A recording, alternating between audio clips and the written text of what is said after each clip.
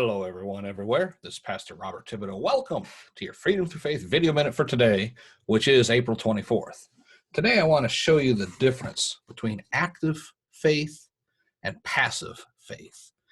And both of them will receive, but one really will move you to receive what you're looking for, what you're believing for, what you're praying for, what you're needing a lot faster than the other one will. We're going to begin in Mark chapter 5, and I'm not going to read the whole story. It's about the woman with the issue of blood.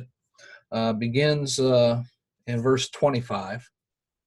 It actually begins with the story of Jairus, which actually begins with the story of the madman of Gadarenes that was healed, and then Jesus came back and all the pigs ran down and killed themselves over the cliff. And then they asked Jesus to leave, so he came back over. So he got out of the boat. Jairus met him there and said, "My daughter's at home lying at the point of death, but if you'll come and lay your hands on her, she shall live." The leader of the synagogue disavowed everything that he was believing in to come and worship at Jesus' feet. He knew something. And on the way to his house is where this woman with the issue of blood, who wasn't even allowed to be outside of her house, had had it for 12 years. Jairus' daughter is 12 years old. This woman had had this issue of blood for 12 years, spent all of her money on physicians, had nothing left. She was destitute and desperate. And she'd heard about Jesus. But how could she ever get to Jesus? Because she couldn't go out of the house. And naturally, he wasn't going to come to her. The ruler of the synagogue knew who she was. He probably had people praying for her. He might have prayed for herself, maybe even offered sacrifices in her behalf. He knew who she was. Here she is, desperate to receive a miracle. And she just believed in her heart, if I could just get to Jesus, I don't even have to talk. All I got to do is touch him, and I believe I'll be healed. And she made her way through the press, through the crowd. She couldn't quite get there, so she got down on her hands and knees and crawled the last little bit just to touch the hem of his garment as he walked by. And Scripture says immediately Jesus knew somebody received.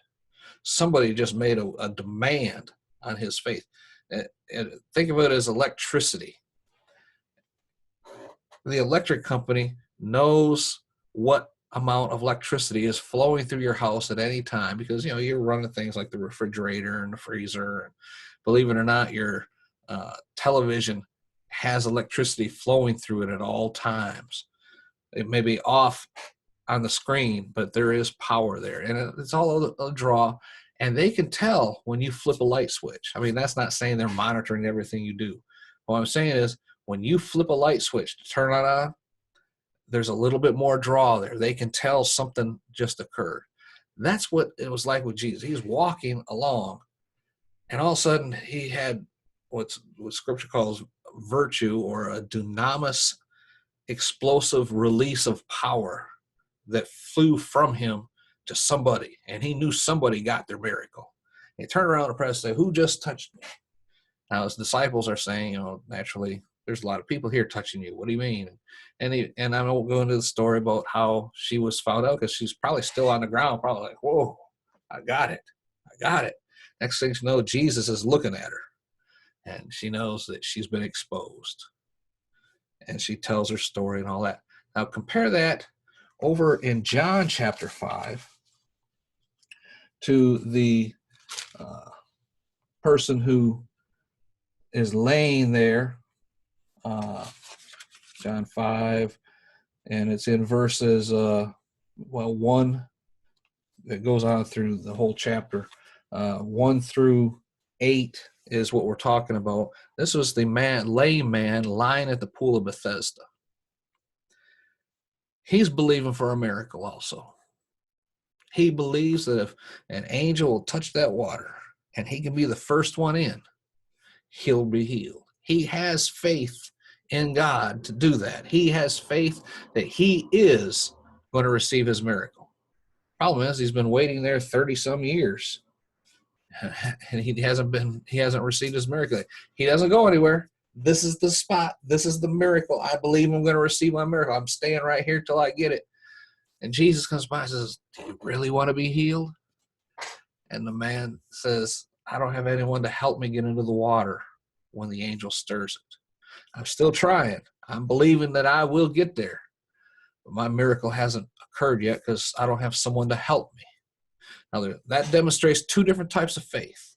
The passive faith that you're waiting on somebody else to help you with, or the active faith, the one that will put a demand on Jesus. It goes all out. If she would not have received her miracle, she could have been stoned to death. They knew who she was. She wasn't supposed to be out in public. She made all that people unclean. Everyone she came in contact with was unclean, and she could have been stoned on the spot.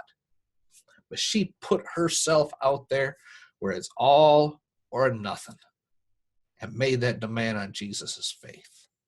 The lame man, he wants someone to help him get into the miracle moving water that he believes will provide the healing. Notice the two differences. One relies on others. He believes, but he's relying on others to help him receive his miracle. And then you have the woman with the issue of blood who just puts it all out there. It's all or nothing. I believe I'm going to receive this today. And she got it. Both received their miracles. She got it. She got it, and you can have it too. All you have to do is put your faith in Jesus. All you have to do is say, Lord, I'm putting myself out there today, and I'm going to move like I'm already healed. I'm going to do what nobody else says I can do because I believe in your word. When you put your faith out there like that, you can't help but to be blessed in all that you do.